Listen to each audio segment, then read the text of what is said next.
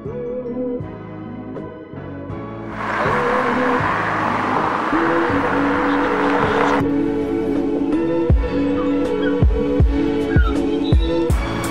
mani sauc Zana. 2014. gada nogalē aktīvie Ventspils jaunieši pārliecināja Ventspils domu par to, ka pilsētā ir nepieciešama jauniešu māja. Tad nu šobrīd ar pašvaldības un jauniešu atbalstu šeit, Kuldīgas ielā 13, top Ventspils jauniešu māja. Dosimies paskatīties! Šobrīd esam jauniešu mājas galvenajā telpā. Telpas vienā pusē atradīsies atpūtas zona. Šeit būs dīvāns, galdiņš, šeit droši pēc stundām vai gaidot treniņu var satikties ar saviem draugiem, skatieties YouTube video, spēlēt galda spēles vai kā citādi kopā pavadīt laiku. Telpas otrā pusē ierīkosim skatu. Uz skatuves notiks daudz un dažādi pasākumi. Pasākums organizēsim ne mēs, bet arī tu esi aicināts izrādīt iniciatīvu un uzorganizēt šeit kādu pasākumu. Varbūt spēlēt ģitāru vai rakst dzejoļus.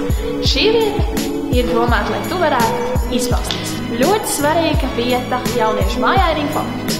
Šeit vienmēr sēdēs cilvēks, kurš būs gatavs atbildēt uz taviem jautājumiem. Vari jautāt jebko, kas tevi interesē. Piemēram, pēc 9. vai 12. klases nezinu, ko darīt tālāk, kur iet mācīties.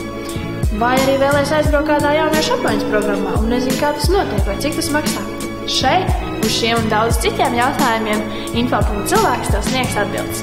Dosimies tālāk. Nākamā telpa ir pasākuma un apmācību telpa. Šo telpu bieži izmantos skolēnu pašpārvaldes, lai satiktos, organizētu apmācības un domātu, kādus pasākumus uzorganizēt savā skolā.